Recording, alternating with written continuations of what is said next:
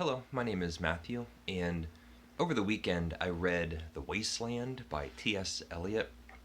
I've read it dozens of times for years and years and years, and even now I'm not exactly sure what the poem really means, but I thought I would just talk about some of my favorite parts and a little bit of what I think, I suppose. It's a poem broken into five parts. Um, it's a post-war poem, so the fractured narrative, the uninviting feeling, the unwelcoming characters, a lot of the dissociative um, emotions that come out, the numbness, all of that works really well within the poem. So that incomprehensibility, the difficulty, add a certain charm to the poem. It doesn't feel like it's meant explicitly just to be incomprehensible and difficult. There's all sorts of fun characters that pop up, strange, symbolic characters. The Madame Sosostros, the card reader, and Mrs. Equitone, and um, it's a poem that feels eternal, but there are period specific details that come up. They often feel trivial, like the motor car or the telephone, and that is in front of a backdrop of a wasteland, this nightmarish landscape. We have images of rocks with no water, and the dried tubers and roots, and just this desolate land. And it begins with part one, the burial of the dead, with the famous opening line. April is the cruelest month, breeding lilacs out of the dead land, mixing memory and desire, stirring dull roots with spring rain. Winter kept us warm, covering earth in forgotten snow, feeding a little life with dried tubers. And it does feel poetic, philosophical. Um, I often thought that since the poem was so difficult, that it must be very profound, and I'm not sure about that, but it's certainly thought provoking. And very quickly, we start to get other languages other than English. So that German comes up, and French and Italian. At the beginning, there's ancient Greek and Latin. And I was talking about this poem over the weekend with a friend of mine. We were reading it together. She made a great observation that during World War One, all of these countries are fighting together, and nations and soldiers who speak different languages, and that language barrier must have been such an affront, not being able to speak with your fellow man.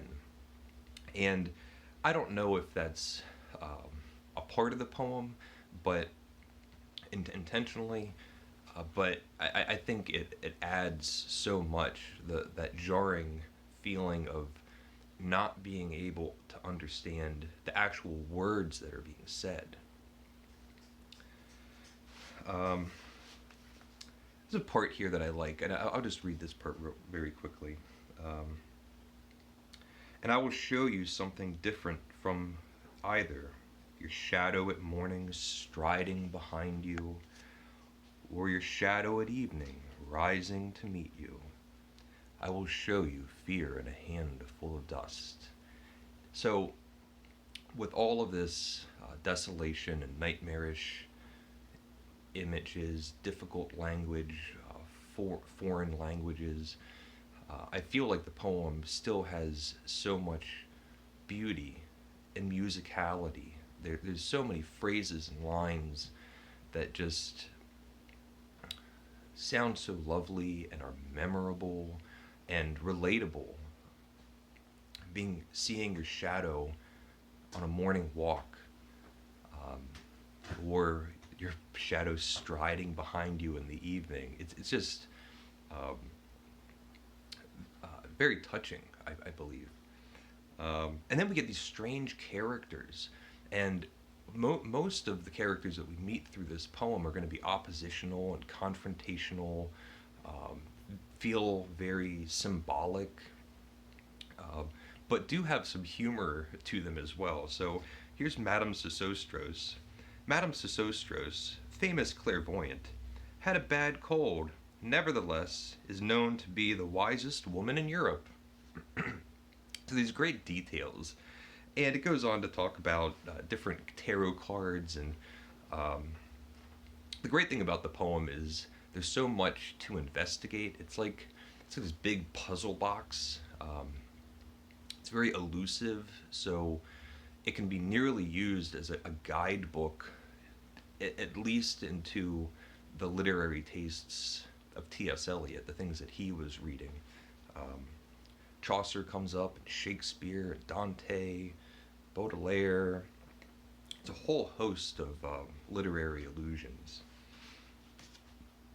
A game of chess is part two, and probably my favorite part. And I love that it begins with this very classical, beautiful, structured stanza. Um, it's describing this candlelit room, a room with a candelabra and the flames and smoke, and it feels very decadent and cloistered, um, refined, well appointed, all of those things. We just get an image of a candle lit room. And then we start meeting these people that are having an argument. And it's opposition is a theme throughout the poem. And I just love these two people talking. Um, what are you thinking? What thinking? What? I never know what you're thinking. Think. I think we are in Rat's Alley, where the dead men lost their bones. So it's purposefully this like obscure, vague interaction between these two.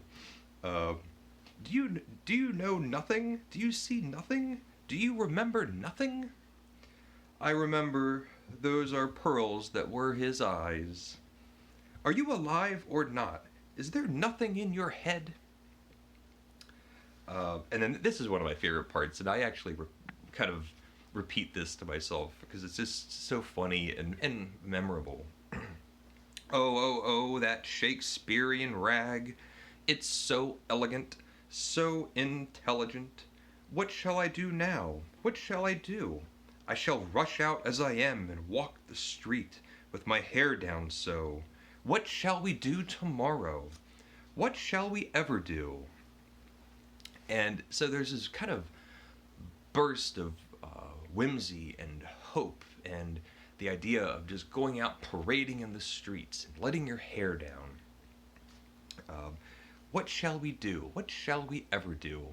I always say that to the cats, Andy and Daphne. And then speaking of which, I love how it starts breaking into a little bit of coziness. We get this refrain, hurry up, what is it? Hurry up, please, it's time. Hurry up, please, it's time. Which is now polite, it's welcoming. It's just this small moment where maybe we're about to come together and the characters are a little bit nicer. Somebody's saying goodnight to one another. And I just love it. Hurry up, please, it's time. Hurry up, please, it's time. Good night, Bill. Good night, Lou. Good night, May. Good night. Ta-ta. Good night. Good night. Good night, ladies. Good night, sweet ladies. Good night. Good night. A little bit of hope. It's what everybody wants to hear. And then the fire sermon. And now the poem is starting to ramp up on that elusiveness and despair. The images are hard. The language is still musical. At the beginning of it, it feels structured, and as it goes along, the language itself starts fracturing and separating. me see. By the end, it's so torn apart that it's extremely difficult to understand. There's chaos. All of a sudden, everything feels random and inconsequential. Death by Water is the shortest. It's just one short stanza, and now the it's all written in English, and even the English, it feels incomprehensible. It's a moment of madness. Phlebas the Phoenician, a fortnight dead, forgot the cry of gulls and the deep sea swell and the profit and loss. A current under sea picked his bones in whispers. As he rose and fell, he passed the stages of his age and youth, entering the whirlpool. And there's one other part, but um, read it and thinking, like, well, what does this mean? And I don't even know. I don't know. And then part 5, What the Thunder Said. And to me, this is the Wasteland. We've just gone through a trauma. Today we would say the feelings evoked in throughout the poem up until now have resulted in PTSD. At the time, they might have talked about shell shock, but even in the poem, this is after World War I, but even through the poem, it feels like we've gone through a sort of trauma, and we're left with this hellish landscape. It's just an unwelcoming nightmare scenario. Something terrible has happened, and now we look around and there's still nothing. There's pain. Throughout the whole poem, there's a theme of bones and rats. Here is no water, but only rock, rock and no water in the sandy road, the road winding above among the mountains, which are mountains of rock with no water. If there were water, we should stop and drink amongst the rock. One cannot stop or think. So, all hope has been abandoned, and there's despair. Who is the third who walks always beside you?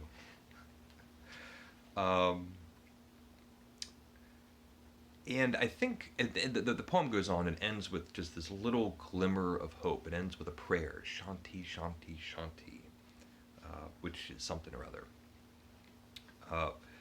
And for as short as the poem is, it doesn't take very long to read at all. There's so much going on, there's so much difficulty, so many things to think about that it often feels like a much longer experience. And I do find that it's a poem that's fun to revisit and often rewarding to come across something that you're not quite sure about, or I'm not quite sure about, and look into it. And like I've said before, fun things like finding a Baudelaire line and then maybe looking it up, or just picking up The Flowers of Evil. It runs throughout the whole poem, and it's something that's fun to investigate, I suppose. And I think one of the reasons that it resonates is that feeling of despair, hopelessness. It has these powerful evocations, but it's not totally fractured. It's not totally unfocused and difficult. There are some lines that can be quite funny. It's musical throughout. T.S. Eliot shows that in some portions he can write traditional, classical, well-structured, tight verses and use that as a counterbalance to the moments where everything starts pulling apart. I think the beauty of the language and the musicality is what pulls all of this together, even though it is a poem of a wasteland. Um, so those are some of my thoughts on The Wasteland by T.S. Eliot. I think it's a fun poem to revisit, and like I said, thought provoking. But I'll end it there. Please let me know what you think of the poem. It's one of those head scratchers. So leave a comment if you would like, and thank you for watching.